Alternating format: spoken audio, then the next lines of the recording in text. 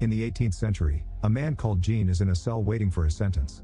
A bunch of guards come to drag him out and present him to a furious crowd, who yell and ask for justice as a lord reads the sentence. In 2 days, Jean will be bound to a cross and beaten up with an iron rod to then be hung to death. This started a few years ago in Paris. In a horribly smelling market, a woman attending to her stall starts having contractions and has the baby right there, letting him drop to the ground. Since all her previous babies were stillbirths, she assumes this one is dead too, so she cuts the cord and pushes him into the leftover fish guts before going back to work. This baby is Jean and soon takes his first breath, which gets him to smell all the horrid scents from the market. When Jean cries for the first time, all the people in the market hear him and accuse the mother of trying to kill him. The mother tries to run away, but the crowd catches her and she's executed. Afterward, Jean is sent to Madame Guillard's orphanage, where there already are so many kids that they sleep in piles. When the baby is left in one of these many piles, the children are annoyed by his presence. A boy tries to poke him, but Jean grabs the finger and smells it, which creeps everyone out. The children decide to kill Jean with a pillow, and when he starts crying, Madame Guillard comes over to save him and whips the children for their misbehavior. Years pass, and by age 5, Jean still can't talk. The other kids think he's a weirdo and avoid him, so Jean spends his time using his unique talent. It turns out he has a superior olfactory sense that allows him to identify any scent, even if it's far away or it's something that isn't supposed to smell. At this age, Jean still can't differentiate good from bad smells. He just likes exploring and discovering new scents. Sometimes he even smells dead animals, and the other kids would throw rotten fruit at him for being creepy. Eventually, Jean learns to talk and to tell what objects are around him with his eyes closed by just using his nose. By the time he turns 13, Madame Guillard sells Jean to Grimal, the owner of a tannery. Jean becomes an apprentice and Guillard gets some money, but on her way home, she gets robbed and killed. Life expectancy in the tannery is 5 years, but Jean proves he's tough and works hard every day, dreaming of visiting the city someday to explore more scents. After several years pass of Jean working over 10 hours a day, Grimal finally takes Jean with him to the city to make a delivery. As Jean walks through the crowded streets, he lets his nose absorb all the new scents, no matter if they're good or bad. When Grimal gets busy making the delivery, Jean lets his nose guide him to a particularly wonderful scent that comes from a shop. It's a perfume called Amour and Psyche, and as Jean watches the creator, he learns that scents can be mixed to make new ones. Suddenly, Jean catches the sweetest scent he's ever smelled and instantly becomes fascinated with it. He runs after it and discovers it comes from a red-haired woman selling plums. He begins following her around town, and when he gets close enough, he sniffs her shoulder. The woman is startled and tries to communicate with him, but Jean doesn't answer. She tries offering him some plums, and Jean responds by burying his nose in her hand, causing her to get scared and run away. Refusing to give up, Jean tracks her scent, and after dodging the people throwing fireworks, she finds the woman sitting at a table. He sneaks behind her to smell her for a while until she turns around and sees him. The woman is about to scream, but Jean covers her mouth just in time and drags her into the shadows when he hears a noise. A couple walks by and Jean waits for them to be gone to let go of the woman, only to discover he's accidentally suffocated her to death. He isn't upset for long though. Soon he's taking the woman's clothes so he can smell her from head to toe. However, as minutes pass, the body loses its living scent and Jean despairs. That night, Grimal beats him up for running off. Then Jean can't sleep because he keeps thinking about the woman's scent and decides his goal in life is a way to preserve someone's scent to never lose it again. Meanwhile, Giuseppe laments his lack of clients. He used to be the best perfumer in the country, but since his rival made Amour and Psyche, clients won't come to him anymore. Desperate to revive his business, Giuseppe tries to figure out the formula of Amour and Psyche, but no matter how much he smells it, he can't get it right. One night, Jean brings a delivery for Giuseppe, who allows him to enter his lab to drop the order. Jean is amazed by all the ingredients and smells, and he can tell that Giuseppe has been experimenting with Amour and Psyche. He tells him what ingredients he's missing, claiming to be the best nose in Paris. Giuseppe is skeptical and tells Jean to prove himself. Without hesitation, Jean begins mixing all the ingredients, ignoring Giuseppe when he scolds him for not using the right techniques. When Jean's done, Giuseppe is shocked to discover he's perfectly recreated Amour and Psyche, but Jean says it's not a good perfume yet. He quickly starts mixing again, but Giuseppe is angry that someone inexperienced has bested him, so he kicks Jean out. Afterward, Giuseppe smells the second perfume Jean made, and the wonderful smell makes him feel in heaven. The next day, Giuseppe buys Jean from Grimal, who happily accepts the money and gets drunk with it. When he leaves the tavern, he tries to dodge an incoming carriage and falls, hitting his head and falling into the river where he dies. Meanwhile, Jean starts working as Giuseppe's apprentice, learning all about the trade and creating a variety of wonderful perfumes that pushes Giuseppe's shop back into being the best in town. Giuseppe teaches Jean that perfume is made of 12 notes and that a legend speaks of the perfect 13th essence that could be added to dominate the others, but it's never been found. These words make Jean think about the woman he killed, and that night he dreams of her. Remembering his life goal, Jean asks Giuseppe to teach him how to preserve any scent. The next day, Giuseppe teaches Jean how to extract the essence of 10,000 roses by boiling them at the right temperature until the oil condenses and drops into a tiny flask. It takes a lot of waiting, but eventually the machine releases the rose oil, and Jean is so impressed that he starts experimenting on his own. He grabs random things from the street like chains and a horseshoe, and puts them inside the device, hoping to get their scents.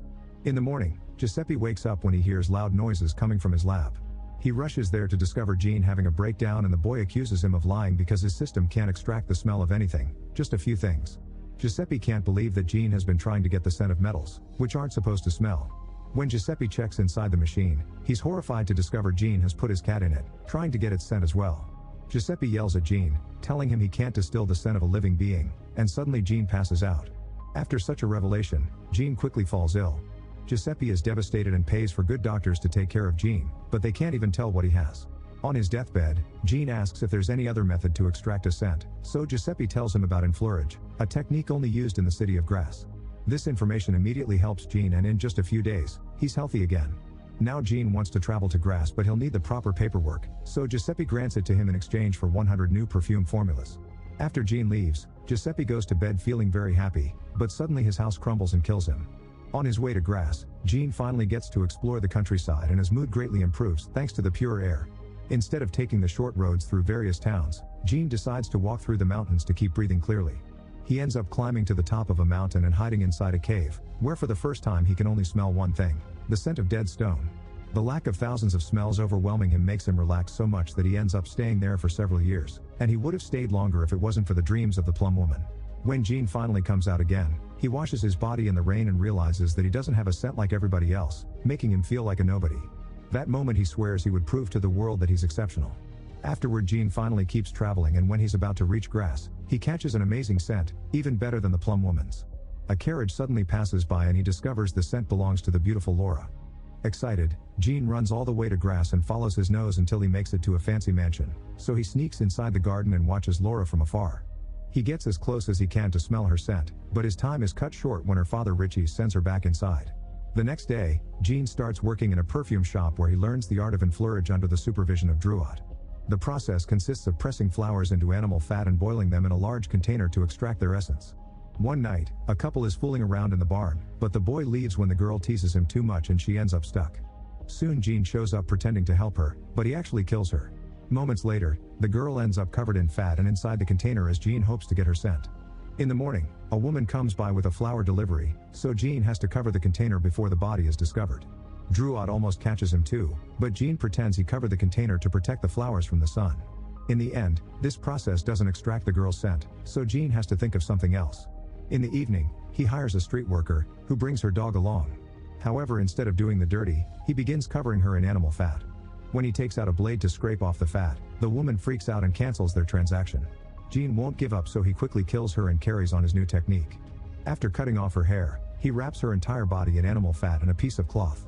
A few hours later, Jean scrapes off the fat and puts it through a whole complicated process that finally extracts the scent of a human being. The next morning, while the locals find the abandoned body, Jean tests the scent by putting just a drop on his hand. The woman's dog immediately runs to him, thinking it has smelled its owner. Pleased with himself, Jean puts this scent in the first bottle out of 13, planning to find all the right notes for the perfect perfume. Sometime later, Jean sneaks into Laura's birthday party to spy on her. She and her friends decide to play hide and seek in the garden maze, and when Laura is alone, she can see Jean's shadow nearby. When he tries to catch her, she thinks it's part of the game and runs away, only to be caught by a friend instead. Jealous, Jean throws a rock to destroy the lamp above them, which sends Laura running again. Soon Richie's ends the game, but the party's mood changes when they discover two girls are missing. Meanwhile, Jean is putting those two girls through the fat and wrap process to extract their scents, which he adds to his collection. When Drouot comes over to yell at Jean for ignoring his work, he smells the amazing scent on Jean's hand and immediately becomes very docile. The next day, the bodies of the two girls are found in the river. The council calls for a meeting and Richie's asks for curfew until the killer is caught, pointing out that all their daughters are in danger because except for the street worker, all the other dead girls were pure. However, the council refuses because a curfew could push the town into bankruptcy. For the next few days, Jean continues to kidnap and kill untouched women to extract their scents, leaving the bodies in random spots when he's done. Soon the council accepts to put up a curfew and sends guards to patrol the streets, but this doesn't stop Jean and he just keeps on killing. The townspeople are taken over by fear and paranoia, so they start boarding up their houses and turning against anyone suspicious to the point of shooting. When Jean kills a nun, who is also his 12th victim, the bishop holds a mass to call the killer a demon that shall be excommunicated. The ceremony is interrupted by a man suddenly bursting in to announce the killer has been captured. Richie's isn't convinced because the confession was obtained under torture and the details don't match the actual killings, but the council just wants to close this case and the man is executed. Meanwhile, Jean mixes the 12 essences and is very pleased with the result, but he knows he's missing the final 13th note. He wants that final touch to be Laura, who is currently celebrating with the rest of the locals until Richie shows up to take her home. That night, Jean sneaks inside the mansion and approaches Laura while she sleeps. Suddenly Richie's wakes up and rushes to Laura's bedroom, but she's fine and alone. However, Richie's notices the window is open. The next morning, Richie's packs their things and goes away with Laura to keep her safe. Hoping to trick the killer, he sends out an empty carriage in the opposite direction while he and Laura travel by horse. However, Jean's nose immediately detects that Laura's scent is getting weaker, so he also packs his things and begins following her smell to find it. Back in town, the street worker's dog is also smelling things out and finds its owner's clothes buried in the dirt. This is noticed by Druot, who keeps on digging and soon finds all the dead women's clothes and hair. Sometime later, Richie's and Laura arrive at a remote inn and rent all the rooms. Richie's chooses a room with no windows for Laura and locks her up for the night. Still tracking her scent, Jean finds the inn, sneaks through the servant's room, and steals the key from Richie's night table to finally reach Laura. When he's about to kill her, Laura opens her eyes and looks at him, making him hesitate. The next morning, Richie's checks on his daughter and is horrified to discover she's dead. Meanwhile, Jean finishes extracting Laura's essence and adds it to the other 12 to finally create the ultimate perfume. Before he can sniff it properly, he's surrounded by soldiers and gets arrested, but he gets to hide the perfume in his pocket. Afterward, Richie's waterboards Jean to make him confess why he killed Laura, but Jean only answers, "I needed her." Back to the beginning, the day of Jean's execution comes and the whole town gathers to watch. When a council lord and a bunch of guards show up to take Jean, he opens the perfume bottle with a plan in mind. Moments later, a carriage arrives at the town square and Jean comes out wearing the lord's clothes plus a few drops of his perfect perfume. As soon as the people near him smell him, they fall to their knees, amazed by his mere presence. Jean walks to the scaffold and his scent is so intoxicating that the executioner immediately declares him innocent. Next, Jean puts some perfume on a handkerchief and starts waving it around to let the scent spread. The whole crow falls into a state of absolute euphoria and even the bishop gets on his knees, announcing that Jean is actually an angel. The crowd begins yelling and crying for Jean, who finally feels noticed and powerful. The only one who hasn't fallen for it is Richie's, who is on a balcony that the perfume hasn't reached. Then Jean lets his handkerchief fly with the wind and when it falls in the crowd, it causes everyone to heat up and start doing the dirty in a huge naughty group. As he watches in shock, Jean imagines himself with the plum woman and realizes he hasn't known real love and never will, which makes him cry. Suddenly Richie's gets on the scaffold, ready to finish the execution, but he's overtaken by the power of the perfume too and falls to his knees, calling Jean his son. A few hours later, the townspeople wake up and are overwhelmed with shame. Jean is nowhere to be seen and Druot is arrested instead, since the clothes and hair were found in his shop. After 14 hours of torture, Druot confesses and is executed. Meanwhile, Jean returns to his smelly hometown. Since it's an existence without love is pointless, Jean stops in the middle of the street and empties the whole perfume bottle on his head. The scent is so powerful that it causes the locals to rush to him, piling up on top of his body to devour him. The next morning, the only thing left of Jean's are his clothes and a drop of perfume. Make sure to subscribe and turn on notifications so you can watch more videos like this. Thanks for watching.